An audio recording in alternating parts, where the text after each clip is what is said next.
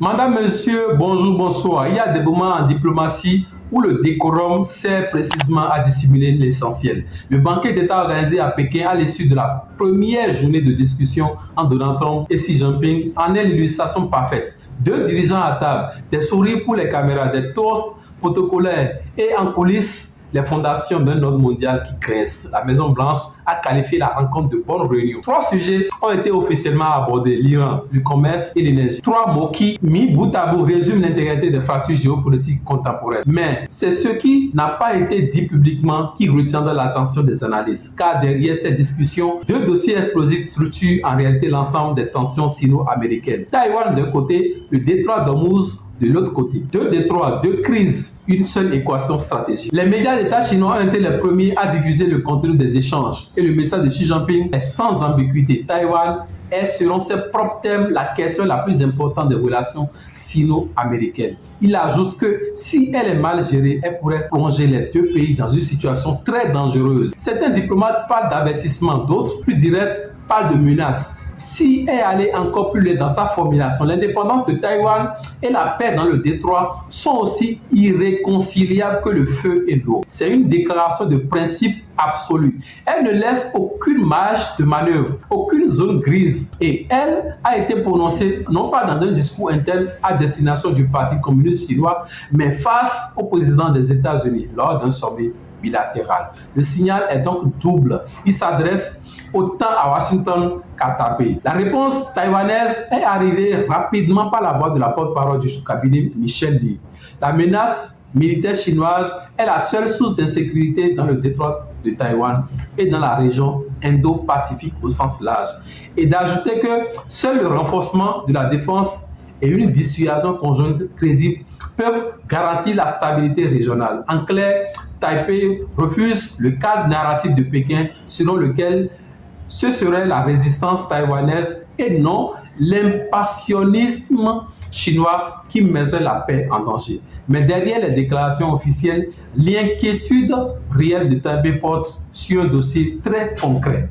Un paquet d'amendements de 14 milliards de dollars approuvé par le Parlement taïwanais, mais qui attend toujours la validation de l'administration Trump. Ce paquet est suspendu et cette suspension, volontaire ou non, envoie un signal dévastateur. Les responsables taïwanais craignent que si Jinping ait utilisé le sommet de Pékin pour pousser Trump à bloquer, à retarder ou réduire ce paquet. Si tel était le cas, Washington enverrait un message clair à toute la région. La sécurité de Taïwan est monnaie d'échange. Elle est négociable. Elle a un prix. C'était précisément la crainte exprimée par le vice-ministre taïwanais des Affaires étrangères dans les semaines précédant le sommet, lorsqu'il déclarait redouter que Taïwan ne se retrouve sur la table des négociations. Ce n'est pas une métaphore anodine. Dans le vocabulaire diplomatique, être sur la table signifie que l'on cesse d'être un acteur pour devenir un enjeu, un objet de négociation, un levier. Et Taïwan dispose pourtant d'un levier stratégique considérable que le monde entier connaît, c'est semi-conducteurs. L'île produit une part écrasante des puces électroniques les plus avancées du monde, celles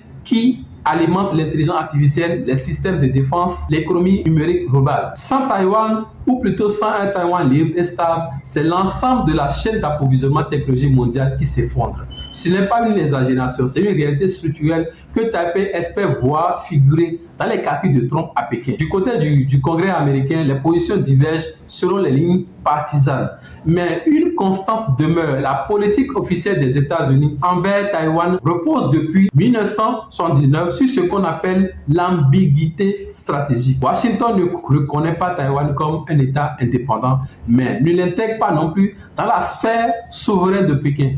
Il n'y a pas d'ambassade américaine à Taipei, mais un American Institute in Taiwan, institution sui generis qui fait office de représentation diplomatique de facto. Cette doctrine a permis à Washington de maintenir la paix dans le détroit pendant près d'un demi-siècle, en dissuadant à la fois une déclaration d'indépendance taïwanaise formelle et une invasion militaire chinoise. Mais aujourd'hui, cette ambiguïté est mise à rude épreuve. Le député républicain Mark Alford du Missouri résume la situation avec une expression qui dit tout, une danse diplomatique délicate. Et cette danse se joue sur plusieurs fronts simultanément: sécuritaire, commercial, agricole. Le Congrès, lui, a voté 500 millions de dollars d'aide militaire à Taïwan dans le cadre du financement militaire à l'étranger, une hausse notable par rapport aux 300 millions de l'année précédente. C'est un signal fort adressé à Taipei, mais ce signal est brouillé tant que le paquet d'amendements de 14 milliards reste en suspens à la Maison-Blanche. À des milliers de kilomètres de Taïwan, un autre détroit concentre les tensions. Hormuz, détroit d'Hormuz, ce passage traversé par lequel transite une part massive du commerce maritime mondial,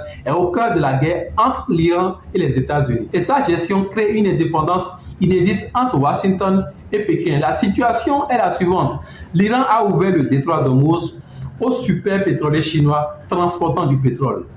Les navires battant pavillon chinois passent, mais environ 2000 autres bâtiments transportant engrais, carburant, gaz naturel liquéfié restent vulnérables aux drones iraniens. Des appareils bon marché, mais extrêmement efficaces. Résultat, une partie du commerce mondial est paralysée et c'est Trump qui doit en porter les conséquences politiques intérieures. Car la paralysie du détroit se traduit en prix à la pompe, en inflation alimentaire, en colère des consommateurs américains. Trump avait promis lors de sa campagne de faire baisser les coûts. Il se retrouve aujourd'hui dans la position inverse. Le prix de l'essence monte, celui des produits alimentaires aussi. Et c'est dans ce contexte de fragilité économique qu'il aborde ces négociations avec Xi Jinping. Le sénateur démocrate Chris Cohn le dit sans détour. Trump entre dans cette discussion dans la position la plus faible d'un président américain mondial. C'est ici que la géopolitique rejoint l'économie et que l'économie devient l'arme. Le PDG de Nvidia, leader mondial des semi-conducteurs d'intelligence artificielle, a rejoint la délégation américaine à Pékin à la dernière minute. Ce détail n'en est pas un. Il illustre à lui seul la nature des compromis qui se négocient en coulisses. Le scénario redouté par les démocrates et certains républicains est le suivant. Trump accepte d'assouplir les restrictions américaines sur l'exportation de puces d'IA vers la Chine. C'est même puisque Washington cherche à interdire d'accès à Pékin depuis plusieurs années. En échange, la Chine s'engage à acheter davantage de produits agricoles américains, soja, porc, maïs. Un accord qui, en surface, ressemble à une victoire commerciale, mais qui, en profondeur, constituerait une capitulation technologique et stratégique majeure. Car les puces d'IA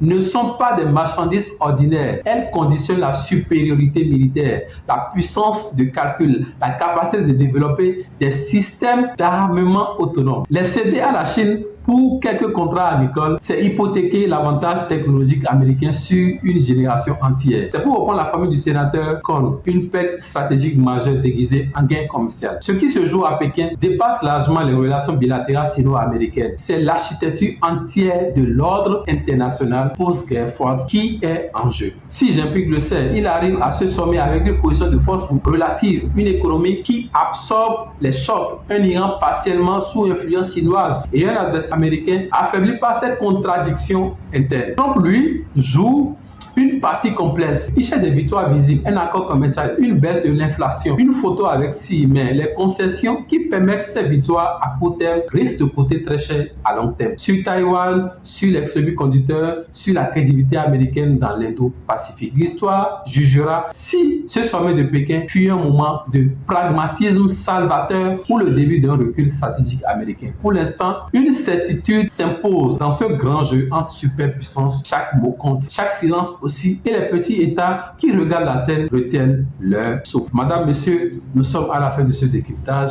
Si vous avez aimé la vidéo, merci de donner like, de partager la vidéo, de vous abonner à la chaîne et surtout d'activer la cloche de notification pour ne pas manquer les prochains décryptages.